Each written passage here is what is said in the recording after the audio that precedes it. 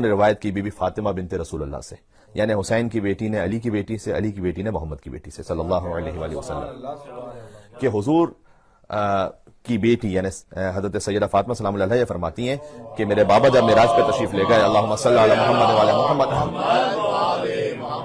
میرے بابا جب معراج پہ تشریف لے گئے تو انہوں نے ایک سفید در اور یاقوت کا بہت بڑا قصر دیکھا، جس کے اوپر یہ لکھا ہوا تھا کہ لا الہ الا اللہ محمد رسول اللہ علی ولی القوم، کہ لا الہ الا اللہ محمد رسول اللہ ترجمہ واضح علی ولی القوم یعنی علی اس قوم کے مولا ہیں۔ یہ بی بی سکینہ بنت الحسین سے روایت ہے۔ اور جب حضور مکرم اس قصر میں داخل ہوئے تو فرماتے ہیں کہ میں نے اس قصر کے اندر داہنی طرف ایک اور قصر دیکھا جو سرخ عقیق کا بنا ہوا تھا۔ اچھا، اس قصر میں جو پہلے حضور نے مشاہدہ فرمایا اس میں لا الہ الا اللہ محمد رسول اللہ علی ولی القوم کے ساتھ ساتھ یہ لکھا ہوا تھا کہ بخن بخن لشیعت علی بن ابی طالب، کہ مبارک ہو اور مبارک ہو علی بن ابی طالب کے شیعوں کے لیے۔ جب حضور اندر داخل ہوئے تو ایک اور قصر تھا سرخ عقیق کا، اس کے اوپر لکھا تھا لا الہ الا اللہ محمد رسول اللہ علی الوصی، علی وصی رسول ہے، اور بشر لشیعت علی بن ابی طالب لطیب الولادہ، کہ حبیب آپ خوشخبری سنا دیجئے تمام علی کے شیعوں کو کہ اس لیے کہ ان کی ولادت کو اللہ نے پاک رکھا ہے، لطیب الولادہ۔ اس روایت کی راویہ بی بی سکینہ بنت الحسین ہے، جس بی بی کے نام سے آج مجلس آزاد۔ لہذا بی بی کے نام سے وسیلہ اور توسل، اس کے لیے علماء اور عرفاء نے کم از کم 10 طریقے لکھے ہیں، میں چاہتا ہوں کہ چند آپ کی خدمت میں بیان ہو جائیں۔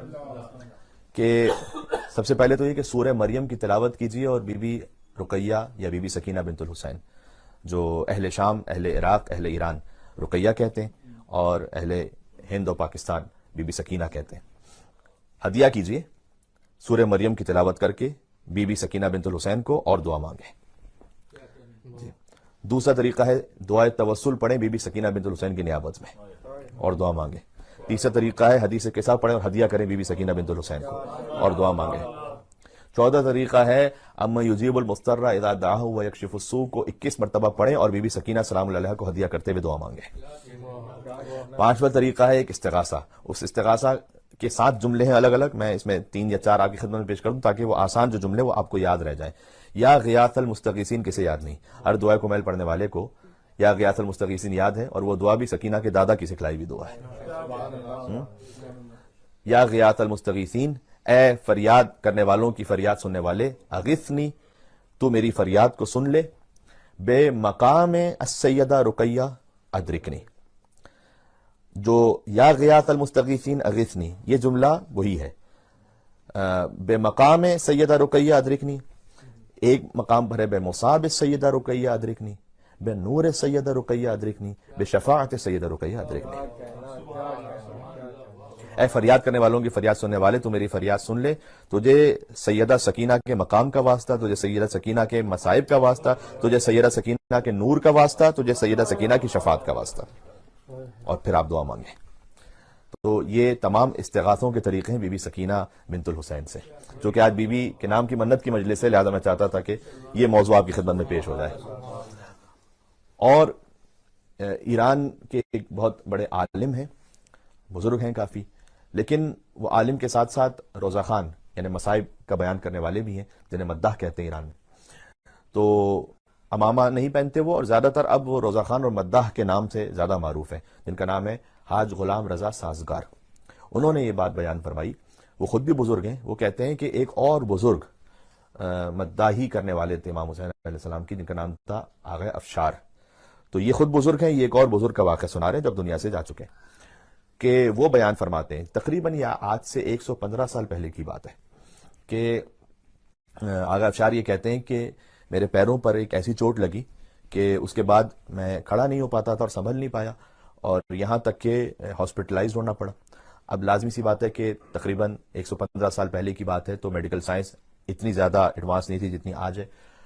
بہرحال میرے پیروں کا رنگ بدلتا گیا، اور وہ نیلا پڑ گیا پیر، اور اس کے بعد پیلا پڑنے لگا، اور ڈاکٹرز نے آپس میں جب کچھ بات کہی تو وہ آپس میں انگلش میں بات کر رہے تھے، تو میں نہیں سمجھ پایا کیا بات کہہ رہے ہیں، لیکن ایک اور شخص وہاں تھا، اس نے مجھ سے کہا کہ یہ تمہارے بارے میں جو بات ہو رہی تھی وہ یہ تھی کہ زہر تمہارے پیروں میں پھیل چکا ہے اور ٹانگ کاٹ دینے کے علاوہ اور کوئی چارہ نہیں ہے۔ تو آغا افشار یہ کہتے ہیں کہ میں ذاکر امام حسین اور ذاکر بی بی سکینہ تھا، تو اس وقت میں نے دل میں خیال آیا کہ امام حسین علیہ السلام سے توسل کروں، بلکہ اس سے بڑھ کر میں بی بی سکینہ سلام اللہ علیہ سے توسل کروں۔ اور اس کی وجہ یہ ہے کہ اگر آپ بڑوں سے کچھ کہیے اور وہ نہ بھی دے رہے ہوں تو بچے سے کہتے ہیں تو بچے اصرار کر لیتے ہیں۔ تو میں حسین کے خانوادے کی ایک بچی سے درخواست کروں کہ وہ اپنے بابا سے اصرار کریں کہ مجھے شفا عطا ہو جائے۔ اور وہ کہتے ہیں کہ میں اس رقت میں تھا کہ میں نے آغا صامت بروجردی کے اشعار پڑھنا شروع کی۔ آغا صامت بروجردی کی قبر آج بھی بروجرد میں ہے، صامتیہ ایک پارک ہے، اس کے اندر ان کی قبر موجود ہے، اور وہ بہت بڑے شاعر گزرے ایران میں جو مرثیہ گوئی کرتے تھے۔ تو انہوں نے تقریباً 30 بند سے زیادہ کا ایک مرثیہ کہا ہے بی بی رقیہ بنت الحسین کے لیے، اور وہ میں نے اشعار دہرانا شروع کیے، اور وہ اس میں سے میں چند مصرے آپ کو سناتا ہوں، اور بڑے منفرد ہیں وہ، کہ بود در شہر شام از حسین دختری، شہر شام میں ایک حسین کی بیٹی تھی، آسی فطرتی فاطمہ منظری، کہ وہ فطرت میں آسیہ تھی، دیکھنے میں فاطمہ تھی،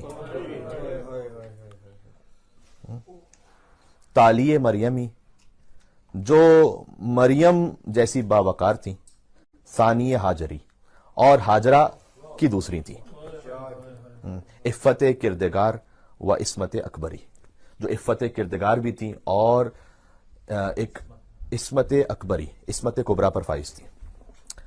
اس کا ایک مصرع آگے یوں ہے کہ او در 6 سال چہل سال عقل 40 سال داشت، کہ وہ تھیں تو 3 سال کی لیکن 40 برس کے سن کی عقل رکھتی تھیں۔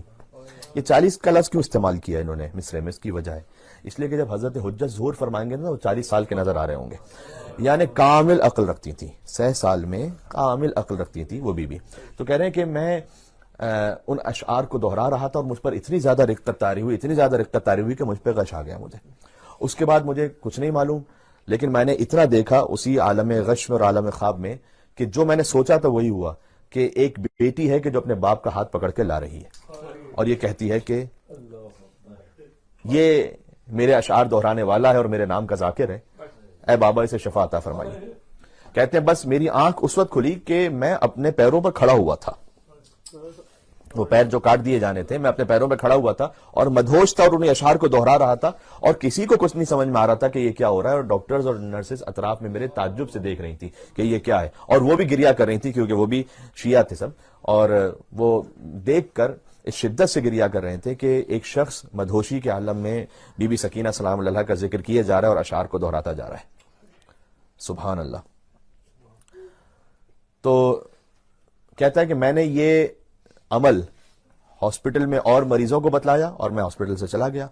1 ہفتے بعد جب دوبارہ ہاسپٹل میں آیا تو کوئی ایک مریض بھی ایسا نہیں تھا جسے اس ذکر سے شفا نہ ملی ہو۔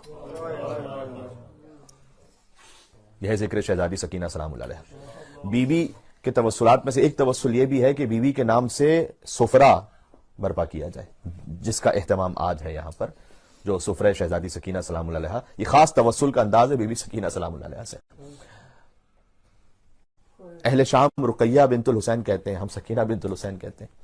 اس کی وجہ بھی یہ ہے کہ ایک واقعہ ایسا پیش آیا آج سے تقریباً 210 سال پہلے کہ شہزادی سکینہ کی قبر کو کھولنا پڑا، اور وہ واقعہ اس طرح سے، جب بی بی کی شہادت ہوئی تھی نا زندان شام میں، تو کسی کو زندان میں آنے کی اجازت تھوڑی تھی۔ سن 61 ہجری میں واقع کربلا ہے، 132 ہجری تک بنی امیہ کی حکومت رہی ہے، تو 132 ہجری تک تو وہاں زندان میں کسی کو آنے کی اجازت بھی نہیں تھی کہ پتہ چلے کہ قبر کہاں پر ہے اور کون سی قبر ہے۔ تو یہ تو فقط مولا سید سجاد نے اپنی خواہر کو دفن کر دیا زندان شام میں۔ جب بنی امیہ کی حکومت ختم ہوئی نا تو لوگ آہستہ آہستہ آئے وہاں، اور انہوں نے دیکھا کہ قبر ہے۔ اب یہ قبر کون سی ہوگی؟ تو شام والوں نے سمجھا کہ شاید یہ علی کی کسی بیٹی کی قبر ہو، شاید۔ تو انہوں نے کہا کہ بی بی زینب تو واپس گئی تھی، یہ تو سب کو معلوم تھا کہ بی بی زینب نے تمام مجلس برپا کی تھی، بی بی ام کلثوم بھی واپس گئی تھی، اور بی بی ام کلثوم کا وہ نوحہ جنہوں نے مدینہ پہنچ کر مدینہ تو جدنا لا تقبلینا پڑھا، وہ بھی زبان زد عام تھا۔ تو یہ تو نہ بی بی زینب ہے نہ بی بی ام کلثوم ہے. تو انہوں نے سوچا کہ ایک بیٹی تھی علی کی جن کا نام تھا رقیہ، حضرت مسلم ابن عقیل کی زوجہ، تو شاید یہ وہ ہوں گی. تو اس قبر پر تختی لگا دی گئی رقیہ بنت علی، اور سالہ سال تک، صدیوں تک ایسا ہی رہا. رقیہ بنت علی کے نام سے وہ قبر معروف رہی. 210 سال پہلے ایک واقعہ پیش آیا.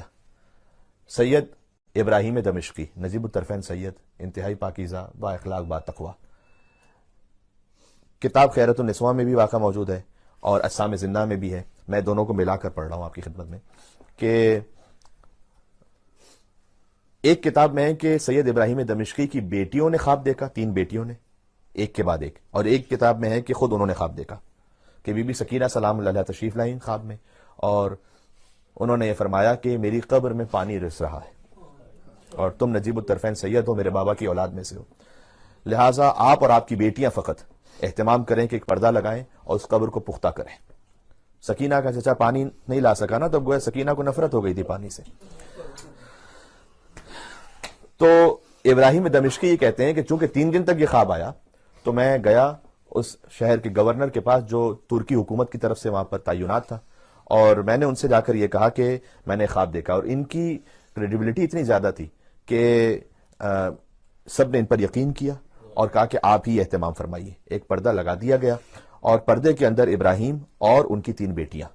بعض نے لکھا 1 دن کا واقعہ، بعض نے لکھا 3 دن کا واقعہ. جنہوں نے لکھا 3 دن کا واقعہ انہوں نے لکھا کہ بی بی سکینہ سلام اللہ علیہ کا معجزہ تھا کہ 3 دن تک نہ انہیں بھوک کا احساس ہوا نہ پیاس کا احساس ہوا، اور وہ قبر کی مرمت کرتے رہے. اب تک رقیہ بنت علی لکھا ہوا تھا وہاں. جیسے ہی انہوں نے اس قبر کو کھولا تو قبر ہوتی ہے نا ایک چورس کے انداز میں کہ 2 طرف سے پختہ ہو اور اس کے بعد زمین سے پختہ ہو، لیکن انہوں نے دیکھا کہ جیسے ہی انہوں نے تھوڑی سی مٹی ہٹائی تو ایک لاشا نظر آ گیا. اور واقعاً سوچنے کی بات یہ ہے کہ بیمار امام سید سجاد نے بندھے ہوئے ہاتھوں کے ساتھ، جن ہاتھوں میں ہتھکڑیاں ہوں، اپنی بہن کو زندان شام میں کیسے دفنایا ہوگا. کوئی آلات تو نہیں تھے کہ قبر بنائی جا سکے، قبر کیسے کھودی جائے وہاں. سجاد نے انہی کند ہتھکڑیوں سے قبر کھود کھود کر بس اتنی جگہ بنائی کہ بہن کا لاشا سپرد خاک ہو جائے. اللہ اکبر. ذکر سکینہ سلام اللہ علیہ کی مجلس قبولیت حاجات کے لیے جہاں جہاں تک آواز جا رہی ہے، اور جو جو مومنین اسے سماعت فرمائیں وہ سب ہماری دعاؤں میں شامل ہیں. اور آپ تمام کی دعاؤں کی نیت سے اور حاجات کی نیت سے میں اس ذکر کو پڑھ رہا ہوں جہاں تک آواز جا رہی ہے. جو مومنین یہاں موجود ہیں وہ بھی، اور جو اسے بعد میں سنیں گے، اور جہاں جہاں تک آواز مومنین کی جا رہی ہے. یا اللہ. کہتے ہیں کہ جیسے ہی ہم نے اس تھوڑی سی مٹی ہٹائی تو ہمیں ایک لاشا نظر آیا، اور ایک چھوٹا سا لاشا تھا 4 سال کی بچی کا. تو ہمیں اتنا سمجھ میں آ گیا. سید ابراہیم دمشقی کہتے ہیں کہ یہ علی کی بیٹی تو نہیں ہو سکتی جو 4 سال کی ہو، تو یقیناً یہ حسین کی بیٹی ہوں گی. تو 210 سال پہلے پتا چلا کہ حسین کی ایک بیٹی زندان شام میں مر گئی تھی، اور وہ قبر وہاں حسین کی بیٹی کی بنی تھی. یا اللہ. تو وہاں رقیہ بنت علی کو ختم کر کے رقیہ بنت حسین لکھ دیا گیا. اس لیے وہ نام رقیہ اب تک وہاں لکھا ہوا ہے بی بی رقیہ کے حرم میں. وہ رقیہ بنت حسین اس لیے لکھا ہوا ہے. اور رقیہ کا مطلب ہے رونے والی، گریہ کرنے والی. تو شام کی عورتوں کو معلوم تو نہیں تھا کہ اس بیوی کا نام کیا ہے، بس کہتے تھے کہ رونے والی مر گئی ہے، جو باپ پر روتی تھی وہ مر گئی ہے. سکینہ بھی بیوی کا لقب ہی ہے، نام تو فاطمہ ہے. مولا حسین نے فرمایا تھا کہ اللہ مجھے 100 بیٹیاں عطا کرتا، میں سب کا نام اپنی ماں کے نام پر فاطمہ رکھتا. سکینہ یعنی باپ کے دل کا سکون، رقیہ یعنی باپ پر ہونے والی. اب سید ابراہیم دمشقی کہتے ہیں کہ میری 3 بیٹیوں نے وہ جنازہ نکالا اور میں نے قبر کو پکا کرنا شروع کیا. تو میری بیٹیاں ہر کچھ دیر بعد چیخ مار کر روتی تھی.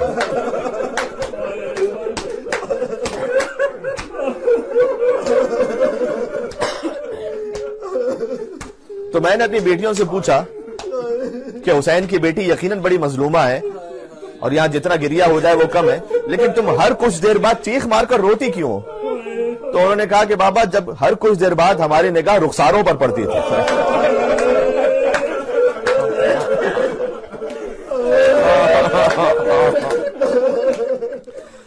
اس لیے دیکھیں اللہ نہ کرے کسی بچے کے ساتھ ایک مرتبہ بھی وہ واقعہ پیش آیا جو سکینہ کے ساتھ اللہ جانے کتنی مرتبہ پیش آیا.